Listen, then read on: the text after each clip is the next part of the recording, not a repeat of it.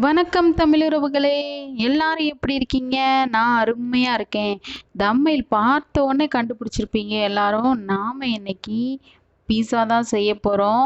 அதுவும் மைதா, ஈஸ்ட்டு, அவன் எதுவுமே இல்லாம ஈஸியாக நம்ம வீட்டிலே எவ்வளோ டேஸ்டியாக பண்ண போகிறோன்றத நாம் இன்னைக்கு பார்க்க போகிறோம்.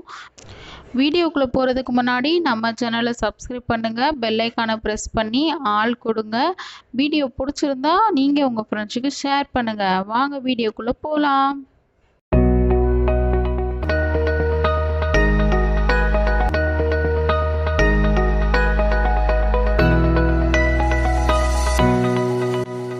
பீஸாவுக்கு நம்ம இப்போ தக்காளி சாஸ் செய்ய போகிறோம். அதுக்காக 2 பழுத்த தக்காளி பழத்தை எடுத்து அதோட முளையை இந்த மாதிரி கட் பண்ணி எடுத்துக்கிறேன் நான். அதுக்கப்புறமா ஒரு கடாயில் தண்ணியை கொதிக்க வச்சுட்டு, தண்ணி கொதித்த உடனே இந்த தக்காளி பழத்தை அதில் போட்டு நல்லா வேக விட்டுறேன். தோல் சுருங்கி நல்லா வெந்துச்சு. இப்போ இதை தனியாக நான் எடுத்து வச்சுருவேன். அதுக்கப்புறமா அடுப்பில் ஒரு கடாயை வச்சுட்டு அதில் ஒரு ஸ்பூன் எண்ணெய் சேர்த்துக்கிறேன். இதில் ஒரு 5 பல் பூண்டு சேர்த்துக்கிறேன். ஒரு பெரிய வெங்காயத்தை ஸ்லைஸ் பண்ணி அதையும் சேர்த்துக்கிறேன். இதோட ஒரு அரை பச்சை மிளகாவும் சேர்த்துக்கிறேன். நல்லா வதக்கி விட்டுக்கிறேன்.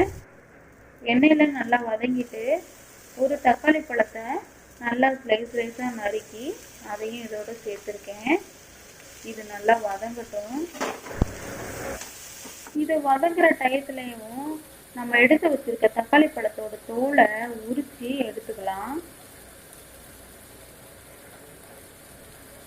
நாம செய்ய போற இந்த சாஸ் ரொம்ப டேஸ்டியா இருக்கும், யம்மியா இருக்கும். உரிச்ச தக்காளி பழத்தை மெல்லிசா நறுக்கி எடுத்துக்கலாம்.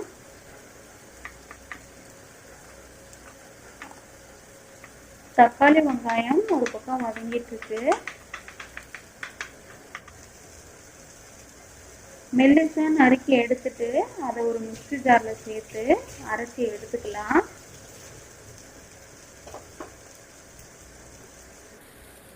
அரைச்சி எடுத்த தக்காளி பழத்தை தக்காளி வெங்காயத்தோட நம்ம சேர்த்து நல்லா மிக்ஸ் பண்ணி விட்டுக்கலாம். இது லைட்டாக குக் ஆனால் போதும். அதாவது நம்ம சாஸ் ஊற்றி ஒரு 2 நிமிஷம் போல் போதும்.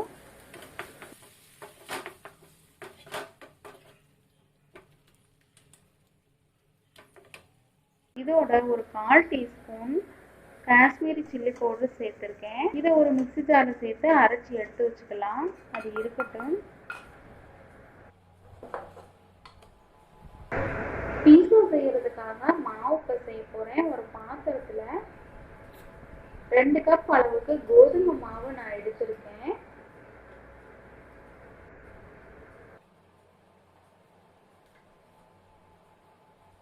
இதுல ஒரு 1/4 டீஸ்பூன் உப்பு சேர்த்துக்கலாம். 1 டீஸ்பூன் சர்க்கரை சேர்த்துக்கலாம்.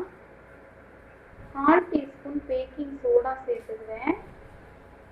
இதோட 1 ஸ்பூன் பேக்கிங் பவுடர் சேர்த்துக்கிறேன். இதுல நம்ம சமைக்கிற எண்ணெய், அதாவது சன்ஃப்ளவர் ஆயில் கொஞ்சமா சேர்த்துக்கிறேன். இதை நல்லா பிசைஞ்சு விட்டுக்கிறேன். இந்த மாவு, நம்ம பிசைகிற மாவு சப்பாத்தி மாவு பதத்துக்கு வரணும்.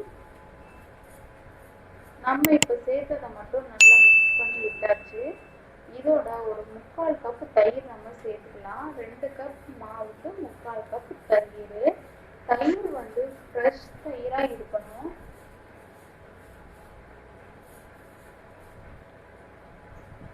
தயிரை ஃபுல்லா சேர்த்துட்டு கொஞ்சம் கொஞ்சமா தண்ணி சேர்த்து நம்ம சப்பாத்தி மாவு பதம் வர வரைக்கும் நல்லா பிசையணும். இந்த மாவை நம்ம எவ்வளவுக்கு எவ்வளவு பிசைகிறோமோ அவ்வளவுக்கு பீஸாவோட பேஸ் நமக்கு சாஃப்டா கிடைக்கும்.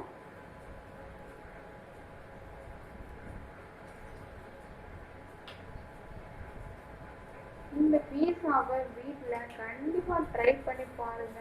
எப்படி இருந்ததுன்னு எனக்கு கமெண்ட் செக்ஷன்ல சொல்லுங்க.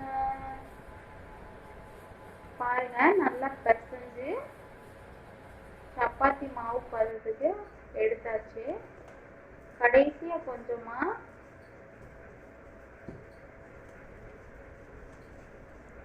எண்ணெய் சேர்த்து பசஞ்சுக்கணும்.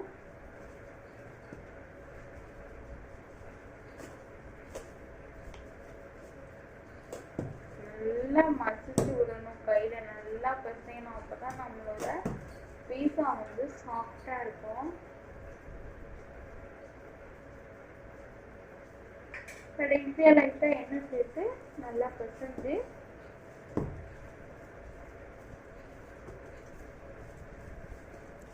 ஒரு காட்டன் துணி போட்டு நம்ம இதை மூடி வச்சிடலாம். மூடி வச்சாச்சு. இப்போ நம்ம பீஸா லேயர் மேல போடக்கூடிய வெஜ்ஜஸ் வந்து கட் பண்ணி எடுத்துக்கிறேன். குடமிளகா ஸ்லைஸ் ஸ்லைஸா நறுக்கி எடுத்துக்கிறேன்.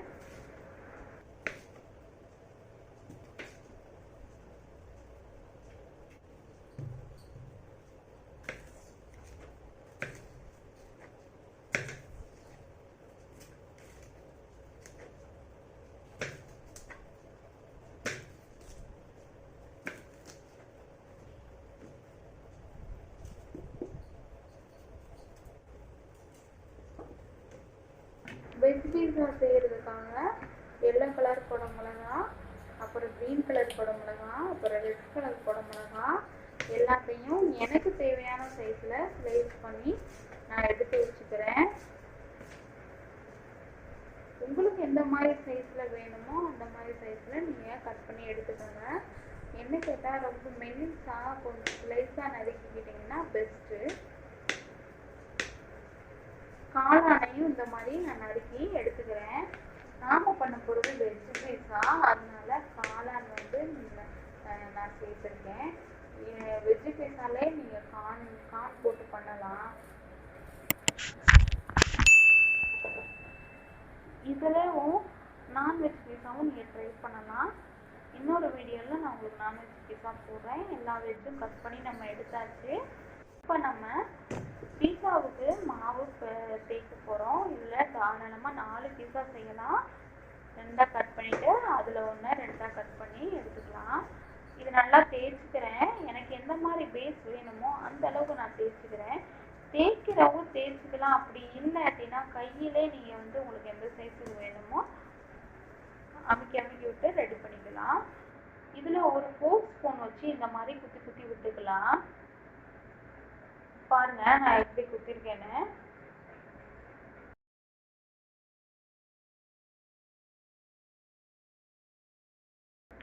அதுக்கப்புறமா நாம அரைச்சி வச்ச அந்த சாஸை இது மேலே நல்லா தடவியாச்சு. பீஸா மாவு மேலே நல்லா தடவியாச்சு.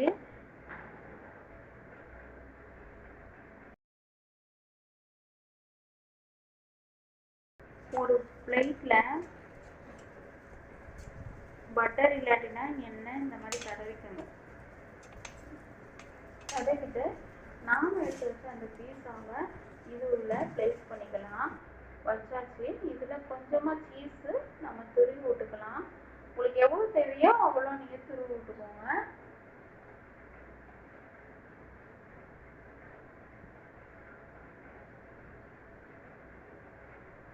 நல்லா துருவி விட்டுட்டு அதுக்கப்புறமா நாம் எடுத்து வச்சுருக்க வெஜ்ஜஸை இதில் ஒன்றா ப்ளேஸ் பண்ணணும்.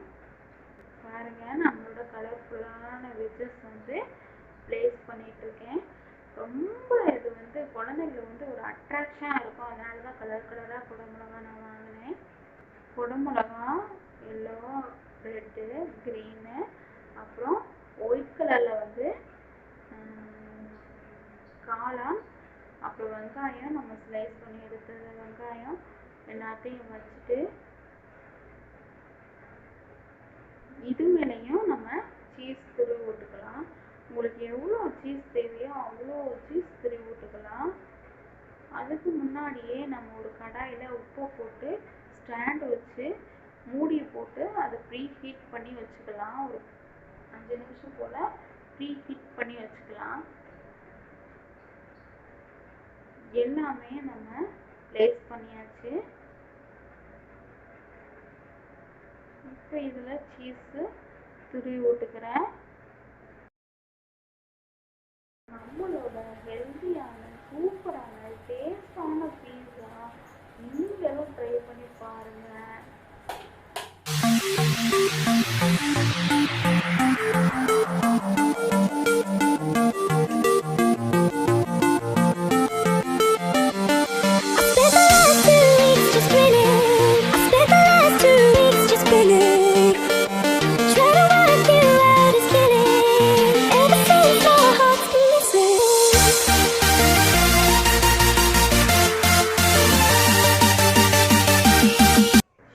நல்லா மெல்ட் ஆயிடுச்சு, பார்க்கும்போதே தெரியும் நமக்கு.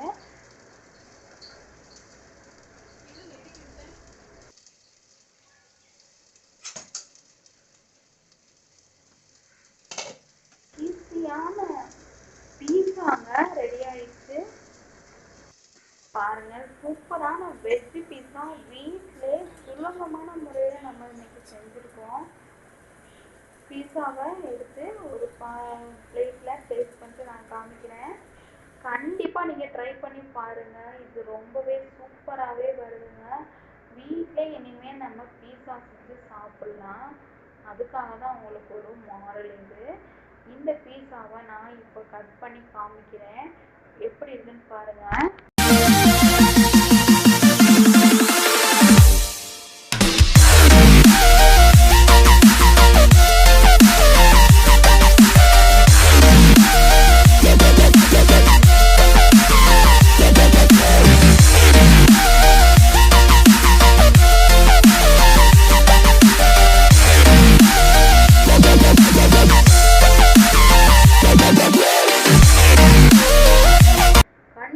வீட்டில் ட்ரை பண்ணி பாருங்கள். எப்படி இருந்துச்சுன்னு எனக்கு கமெண்ட் செக்ஷனில் சொல்லுங்கள். நாங்கள் சூப்பராக டேஸ்ட் பண்ணி சாப்பிட்டோம். சீஸியாக இருந்தது, காய் எல்லாமே சூப்பராக இருந்தது. அதுலேயும் அதில் பீஸா லேயர் வந்து ரொம்ப சாஃப்டாக தான் இருந்தது, சூப்பராக இருந்துச்சு. கண்டிப்பாக நீங்கள் ட்ரை பண்ணி பாருங்கள். வேறு விதமான வீடியோஸோட உங்களை நான் சந்திக்கிறேன். அது வரைக்கும் உங்களிடம் வந்து உங்கள் சத்யா. பாய்.